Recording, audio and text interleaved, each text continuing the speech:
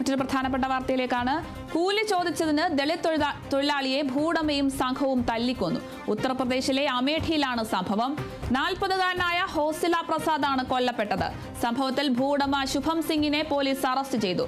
കുറ്റം ചെയ്ത എല്ലാവരെയും പിടികൂടുമെന്നും 2500 രൂപ കൂലി ചോദിച്ചതിനാണ് ഉന്നത ജാതിയിൽപ്പെട്ട ഭൂവുടമ ഗുണ്ടകളെയും കൂട്ടി മർദ്ദിച്ച് കൊലപ്പെടുത്തിയതെന്നും കുടുംബം ആരോപിച്ചു.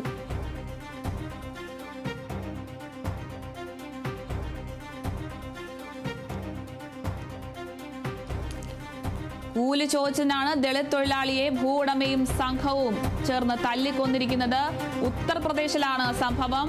ഉത്തർപ്രദേശിലെ അമേഠിയിലാണ് ഇത്തരത്തിലൊരു ദാരുണ സംഭവം ഉണ്ടായിരിക്കുന്നത്. 40-കാരനായ ഹോസില പ്രസാദാണ് കൊല്ലപ്പെട്ടിരിക്കുന്നത്. ഹോസില പ്രസാദ് കൂലി ചോദിച്ചതിനാണ് ദളിത് തൊഴിലാളിയായ ഹോസില പ്രസാദിനെ ഭൂവുടമയും സംഘവും തല്ലിക്കൊന്നിരിക്കുന്നത്. സംഭവത്തിൽ ഭൂവുടമ ശുഭം സിംഗിനെ പോലീസ് അറസ്റ്റ് ചെയ്തിട്ടുണ്ട്. കുറ്റം ചെയ്ത എല്ലാവരെയും പിടികൂടണമെന്നും 2500 രൂപ കൂലി ചോദിച്ചതിനാണ് ഉന്നത ജാതിയിൽപ്പെട്ട ഭൂവുടമ ഗുണ്ടകളെയും കൂട്ടി മർദ്ദിച്ച് കൊലപ്പെടുത്തിയതെന്നും കുടുംബം ആരോപിച്ചു. ഉത്തർപ്രദേശിലാണ് സംഭവം.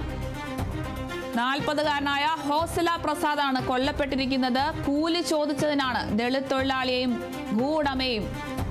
തൊഴിലാളിയെ ഭൂവുടമയും സംഘവും ചേർന്ന് തല്ലിക്കൊന്നത്. ഉത്തർപ്രദേശിലെ അമേഠിയിലാണ് സംഭവം. 40-കാരനായ ഹോസില പ്രസാദാണ് കൊല്ലപ്പെട്ടത്.